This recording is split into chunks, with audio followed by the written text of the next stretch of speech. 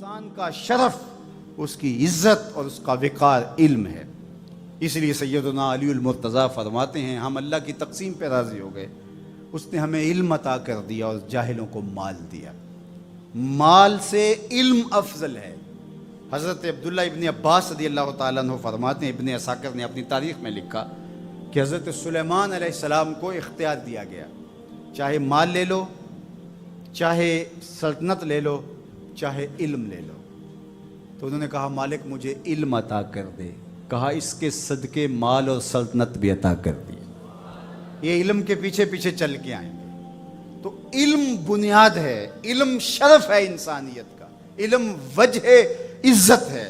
اس لیے علم حاصل کرنا یہ زندگی کی خوبصورتی ہے، اور ہم تو جس دین سے تعلق رکھتے ہیں اس دین کا آغاز ہی اقرا سے ہوتا ہے، اور ہمیں آخری سانس تک علم حاصل کرنے کی تلقین کی گئی۔ اطلب العلم من المہد الی اللحد، آپ ماں کی گود سے لے کر کے قبر کی آخری اینٹ تک علم حاصل کرتے رہیں، اور اس کے لیے سنگلاخ پہاڑوں کا سفر بھی کرنا پڑے، صعوبتیں بھی سہنی پڑیں۔ بلکہ فرمایا اطلب العلم ولو بالسین، اگر تمہیں چین بھی جانا پڑے تو علم تلاش کرنے کے لیے وہاں بھی جا پہنچو، راستوں کی مشقتیں سہو، تکلیفیں سہو، لیکن علم کشید کر کے لاؤ۔ یہ مومن کا گم شدہ خزانہ ہے۔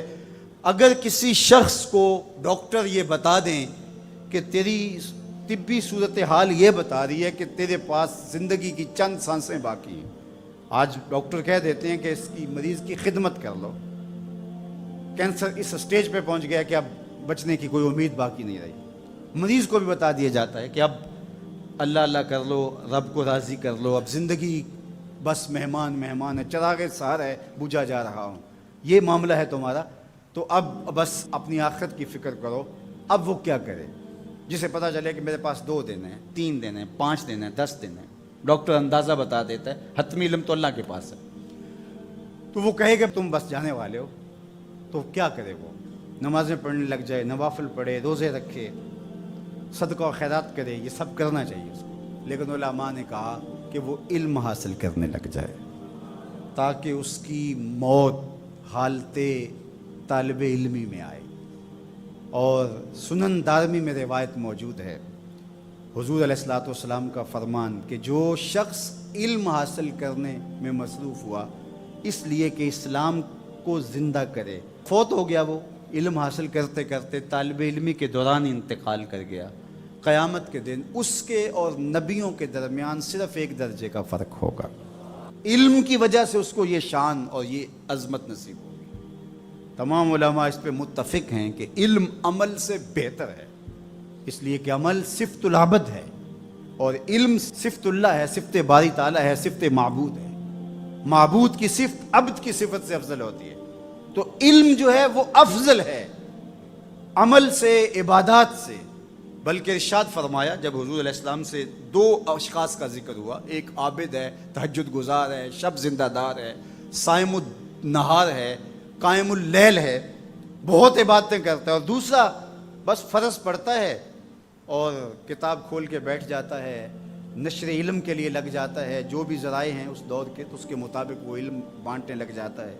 تو دونوں کے بارے میں پوچھا گیا تو آقا کریم نے کیا جواب دیا؟